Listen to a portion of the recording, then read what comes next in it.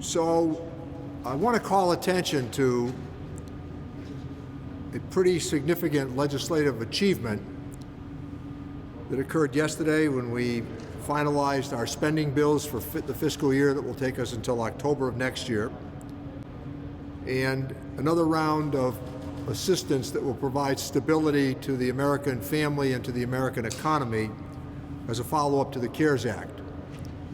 Now, this also allows us to build a bridge to the Biden administration. Remember that the legislation that we passed in May of last year, which was called the HEROES Act, called for another round of expenditure totaling $3.4 trillion. So part of the compromise here was that even though this is $900 billion, a little bit more, that the duration will take us till March 31st to give President-elect Biden and his economic team, Janet Yellen, whom I spoke with just a couple of days ago, and it'll give them a chance to sit in the saddle and figure out where they want to head. But I just got done talking to Speaker Pelosi literally 2 minutes before I came down to talk to you. And we were very pleased with this outcome, knowing that it's not enough, we're going to have to do more, but this is a most significant achievement. So the Ways and Means Committee, which I've had the honor of chairing, was right in the middle of this, and much of our imprint on this legislation is profound. So think of what we did. We expanded unemployment insurance, which might have been the best thing we did in the CARES Act to save the American economy. The understanding here was that unemployment insurance would help to simultaneously provide liquidity to people at the lower end of the economic spectrum, but at the same time create demand because they spend the money. So that was a huge part of our success, and we've expanded and extended unemployment insurance. Economic impact payments, another round this time of $600 per person, using the same guidelines of eligibility based upon IRS determinants as last time, and this time dependent children are eligible for more. So a family of 4 here actually could qualify for a check of up to $2,400. There's going to be greater efficiency here because we're going to be able to use all of the information we gathered in the CARES Act to get this money right out the door. We also expanded Tanf, meaning benefits to people for food at the lower end who are suffering from from food insecurity. We expanded the retention tax credit, which is a big deal. 10% credit allowing employers a credit for keeping people working, which is very, very significant. The energy tax credits in here are the most important advance in renewable energy ever. Well, I'll get it right, it's in the press release anyway. And we addressed that issue, as well as we extend the investment tax credit for wind, solar, and the renewables. In addition, for me, a personally very satisfying achievement, and that is we addressed the issue of surprise medical billing. The Ways and Means bill is the basis for this success story. It provides for arbitration, which will keep the round of attention on avoiding arbitration, which means that it'll bring people to a good negotiating posture. It's a huge consumer and patient victory.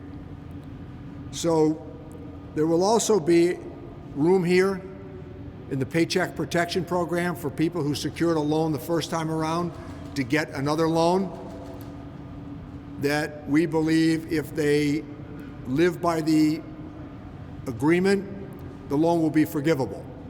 The other big issue that occurred here that we were able to satisfy was The issue of deductibility of expenses as it related to the Paycheck Protection Program, those are forgiven as well. That's been forgiven as well. So the eligibility for the Earned Income Tax Credit and for the Additional Child Tax Credit is there as well. We reduced the income threshold for medical expense deductions. We provide relief for employees with unused amounts of their health and dependent care flexible payments to carry them over into the next year. There are new patient provisions, as I noted, with surprise billing, but we also provide support for the providers, and that was the basis of what I tried very hard to do for 2 years. We provide support here for vulnerable families, including supporting foster youth and families through the Pandemic Act. This keeps families together. Support for older Americans. We make another down payment on the Elder Justice Act that provides key protections for Americans' seniors, a population that has faced a lot of difficulty for obvious reasons in the pandemic. The Craft Beverage Modernization Act is permanent. We provide assistance to those who are in that industry, the hospitality industry in particular. The arts community, for the first time, they're going to receive a generous infusion of support.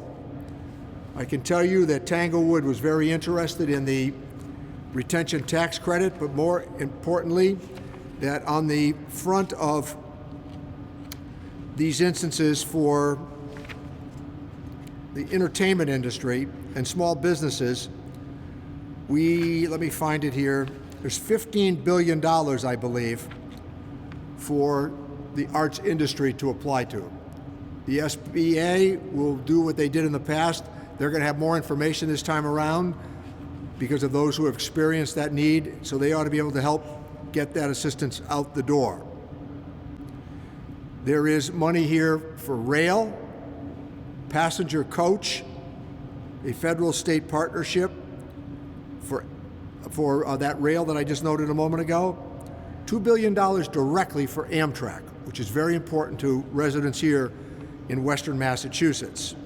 There's also $3 billion for the Federal Transit Administration and $2 billion for capital investment grants. I intend to search that out to see if we can find assistance before we do an infrastructure bill with President Biden as we proceed again with our conversation about East-West Rail. I can't emphasize enough some of the success that we've had in getting this out the door, but a reminder, more is going to have to be done. There are still 20 million Americans who are receiving unemployment insurance. And what we tried very vigilantly to do, and we accomplished it, was, I noted in my opening comment, to build a bridge to the Biden administration, to give him and his team a chance to address many of these issues on a continuing basis. You heard me talk about the tax credit extensions. Those are all notable achievements, but we want to make sure with the pandemic relief, what will go to American families, what will go to unemployment insurance, that we may well need to continue that, and that's a chance for President Biden to look forward after January 20th. So all considered, this is a pretty good down payment. I think that's the way that we want to look at it. And to understand as well, I'm reminded that there is also $7 billion in here for broadband expansion. And I think that that could be of benefit to some of the communities in Western and Central Massachusetts as well. We're going to explore that immediately. So before we get to questions from all of you about what's not in the bill, after I've just laid out a $900 billion proposal plus $1.2 trillion dollars in budget spending that will take us until October 1st, I want to give you a chance to point out to me what's not in the bill. Well, there is some indirect assistance to cities and towns, including testing. And I think there are other opportunities for public school investments, for example, educational institutions. I think in Massachusetts, UMass gets $80 million. But there are other opportunities as well, not only in terms of the testing, but their ventilation systems. as well, so there might not be direct payments, but there will be some indirect assistance. And this is one of those positions where I agree with state and local officials. I'm scheduled to talk to Governor Baker, I think at 3 o'clock today, to talk about what we proceed to do with the next round. But this is, again, part of stability. And Senator McConnell, the majority leader, wasn't going to budge on state and local aid. So we hope that we will get him to reconsider come the end of March, understanding that he wasn't going to consider either on surprise billing, and he did. Well, I mean, I do think that the assistance to state and local government would have a very important consequence. You can't argue that state and local governments don't need it, because they do. And on conversations I've had regularly, sometimes daily, with Governor Baker, it has been clear that he's embraced these 1/12 budgets. So every month he's expending what he has in the past for new considerations, but he also knows that by the end of the fiscal year, they're going to need more help, and I agree with that. Well, I've got faith in Joe Biden's institutional knowledge and ability. I think he has been very clear about the need for another round, and I think that evidence is going to take us in that direction. So remember, we did the CARES Act in about 8 days. We came back in May and did the HEROES Act. The HEROES Act languished because the Republicans wouldn't accept it, and President Trump wouldn't accept it. Joe Biden has repeatedly said that we're going to need another round of aid to the American family.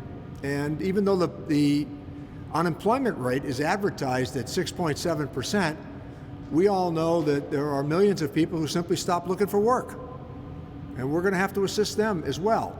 And I think we have a more efficient way to do it this time because of the experience that we had in getting taxpayer ID numbers. So I think we're going to get ready for the next round of negotiations. But clearly, with a new president, I think that we're going to have some leverage. Yeah, I do. I think that in a lot of ways, this was the triumph of good politics and good policy. And I do think that some of those who put together the legislation on a bipartisan basis, I shouldn't say they put it together, they spurred on the conversation. And I think that was notable. I have negotiated this for weeks with the Republicans. I want to thank the Ways and Means staff. I can't tell you about the late night conversations that we had, the number of conversations that I had with the Speaker. As recently as last week, they thought that the surprise medical billing was dead. The Speaker said to me, try once more. And I went back and tried once more, and we did it. So I think that this is a triumph of good sense. And a lot of it came from institutionalists in Congress, people who believe in the institutions. I mean, let me frame this a different way. There are an awful lot of people you meet in politics that are very good at the narrative. Legislating is a lot harder, I can tell you that. And this was a triumph of legislation. Yes, yeah, PVTA will benefit. I think that Peter Pan will benefit. They could also take advantage of paycheck protection loans. But there is money in there for bus transportation nationally, so PVTA would qualify for that as well. I think what's important to remember there is that what we did for Amtrak and what we did for the airlines, and we did it again, that inner-city coaches would benefit from this as well. They will have to apply for all of that, yes. Well, let me give you a statistic that I think is compelling. 100,000 restaurants in America have gone out of business. And the Restaurant Act, which was not fully embraced, in some measure is covered in the Paycheck Protection Program and the additional loans that they can take. But if you look at Washington, D.C., restaurants are shutting down this week, I think, until January 15th. If you look at what's happened in New York City, the restaurants are shut again. Indoor dining, I should say, is shut. And so I think that it's important to remember that coming to their assistance as well through the Paycheck Protection Program is important. And the other part of it, I noted the deduction of expenses. I went at it with Secretary Mnuchin over that a number of times. Well, you know, I'm glad you raised that, because one of the most frustrating things for me after a long career has been now the change in the way news is reported in terms of context. And your committee assignment in Congress is destiny if you decide you're going to stay with it. And everybody in Massachusetts, Rhode Island, Connecticut, New Hampshire, Vermont, and Maine, they all sit on their first committee choice, in some measure because of me, and in some measures exclusively because of me. And even as recently as last week, when we put together the committee assignments, we moved Seth Moulton to infrastructure, Jake Auchincloss to infrastructure, and we already have Steve Lynch on infrastructure. Why did I do that? Because I think it's likely we're going to have a big infrastructure bill. And I want to make sure that we're taken care of here in Central and Western Mass. The broader part of your question in terms of context, and it's a terrific question, so you now have the Rules Committee Chairman who comes from Worcester, the Ways and Means Chairman who comes from Springfield, and the Chairman of the Appropriations Committee who comes from New Haven, and the Assistant Speaker who comes from, I think, Methuen. I mean, it's unbelievable what's happened, and it's reflected in this legislation.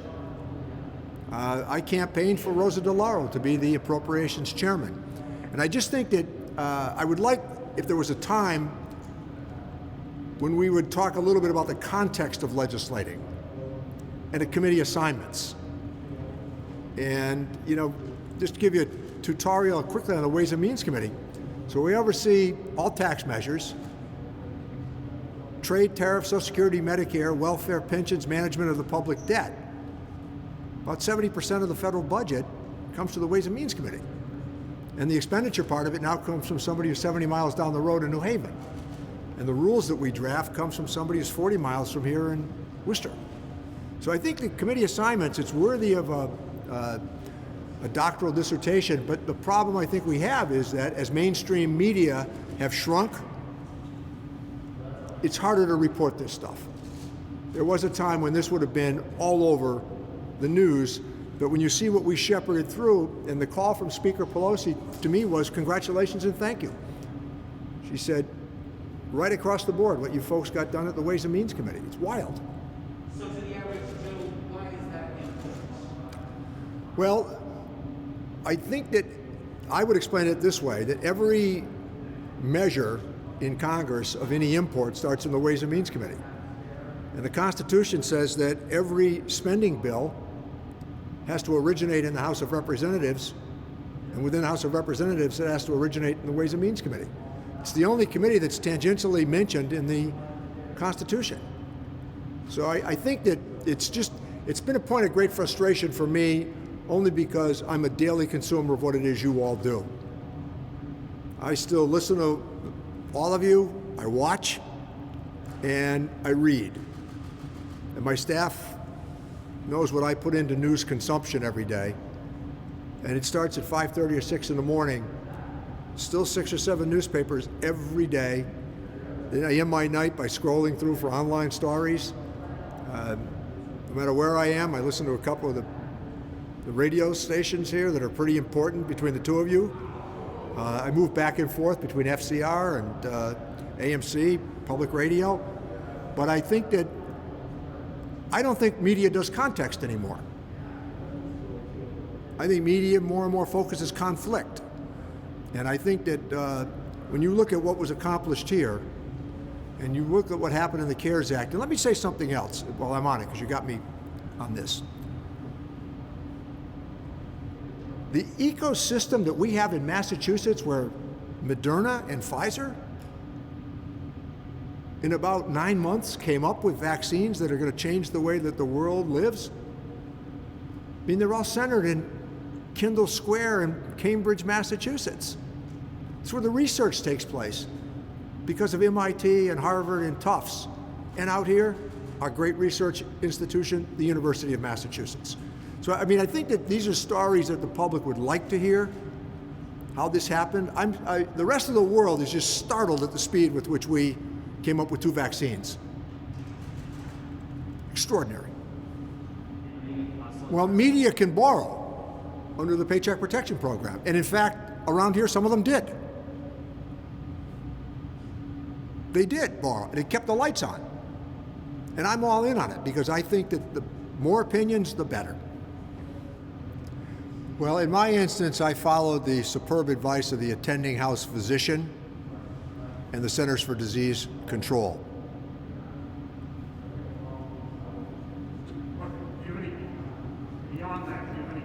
If you want me to comment on the other 2 names you mentioned, no. I think that following the advice of the house physician, attending house physician, Dr. Monahan, what is it?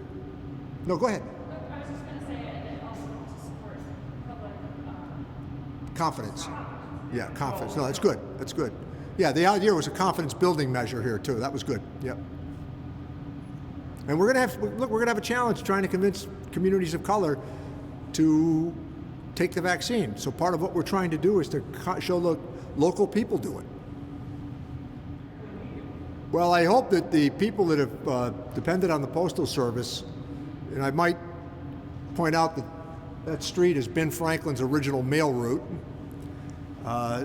It's a reminder of just how important the Postal Service is in American life. And I think that the decisions that were made by the administration for cost-cutting measures is now evident. And we've been very fortunate here, even as the pandemic ensued, we've really been fortunate. That mail has been delivered every day. And the Postal Service is a vital cog in the American economic machine. So I'm hopeful that they'll be able to overcome some of the funding challenges that they've had. And as you know, I've been dead set against privatizing the Postal Service. Well, the stars are beginning to percolate, and some of these folks are working 80 hours a week already to try to get that mail and those packages out the door. So anything that we can do in terms of providing assistance, I'm happy to. But we've got a great example right here on Page Boulevard of how well the Postal Service works. And we need to remember that, by the way, during the holiday season with those people who deliver the mail. The Senate's done. The bill's done. Senate's accomplished. It'll be on the president's desk, I would hope, this afternoon. I can't imagine that he's not going to sign it forthwith. So I'm optimistic.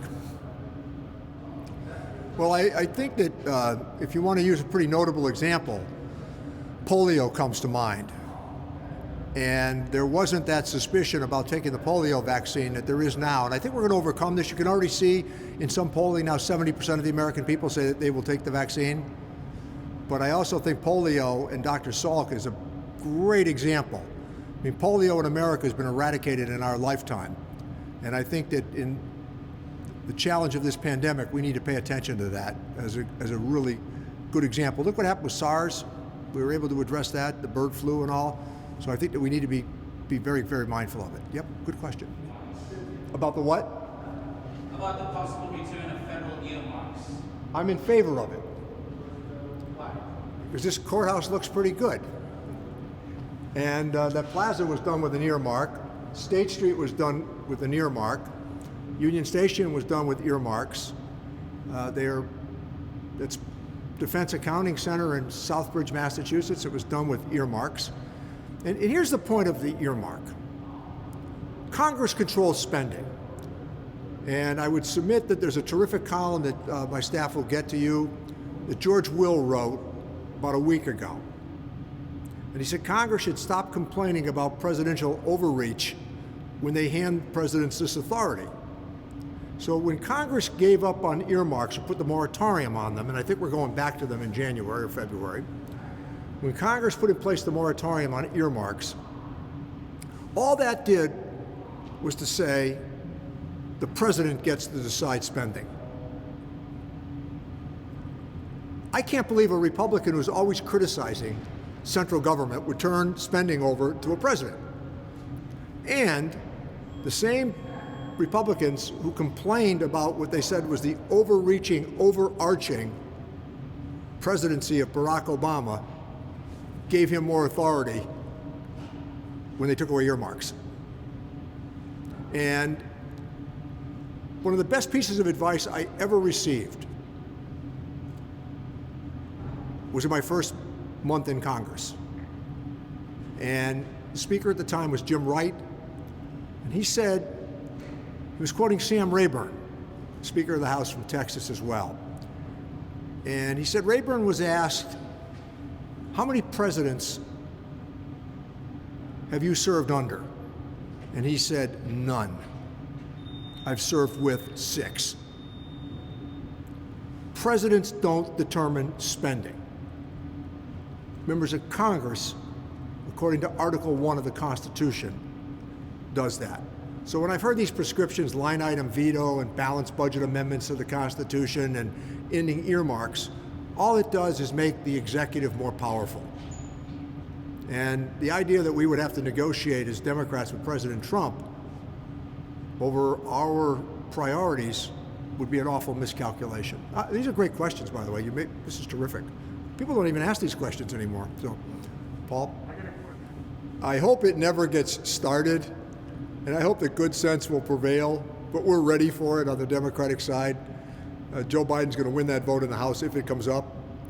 And I think that slowly, Republicans are acknowledging that Joe Biden won the election by almost 8 million votes and 306 votes in the Electoral College.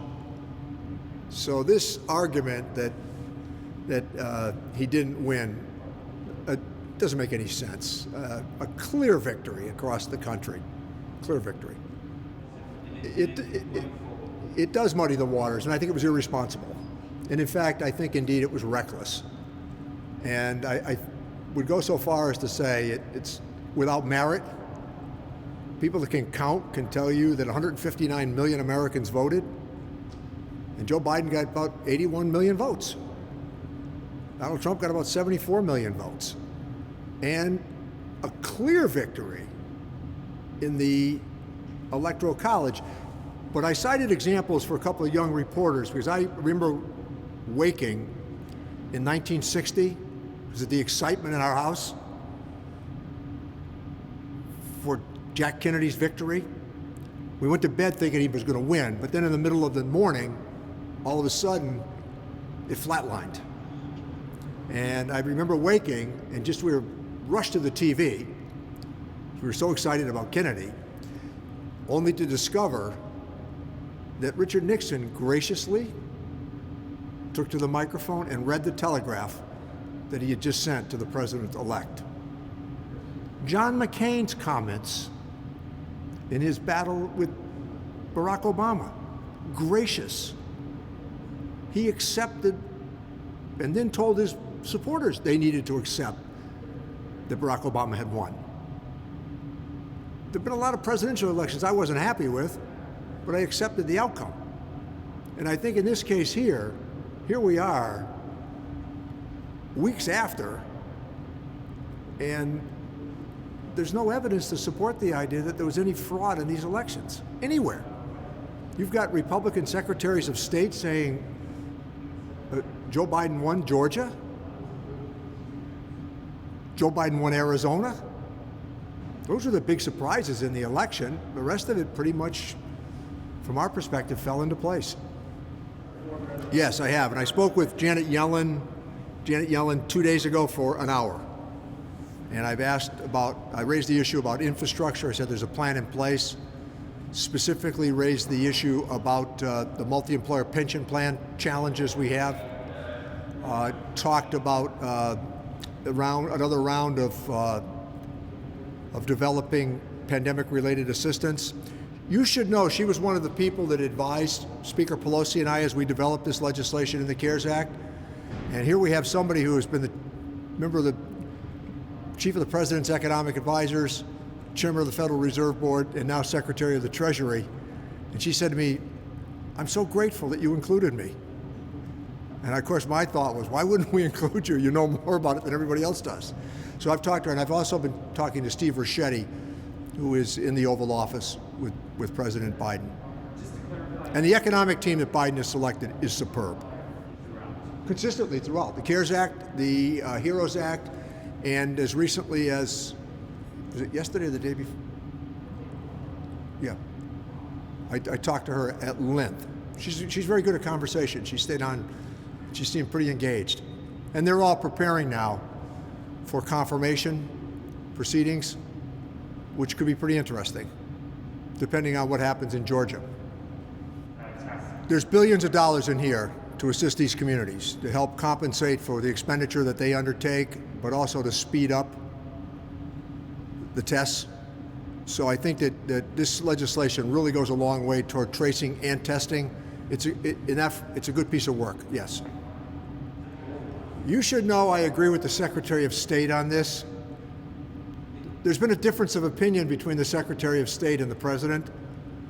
The Secretary of State says it's Russia. All of the National Security Agency people say it's Russia. The President hasn't quite accepted that yet, I understand. So I think that further sanctions are important. I think further isolation internationally is important. And I think reminding people that Vladimir Putin is not our friend. Not our friend. What should the U.S. do? I think we have to engage in terms of sanctions. I think that's the first place to start. I think more economic isolation is good. I think putting a lid on some of the bank accounts and money that travels internationally is a good idea as well. Getting their attention is essential. But it's clear that Russia did this. And just about everybody except the president accepts that. Right. I don't take a Cinderella view of this, let's put it that way. I think that intelligence gathering is murky. I think it's less than pure. And I think that the National Security Act of 47 certainly means that America is going to do what it has to do as well. But I don't think that we should back down in the face of just how far-reaching this attack has been. We continue to need intelligence gathering networks, and we should embrace them and spend the necessary money on them as well.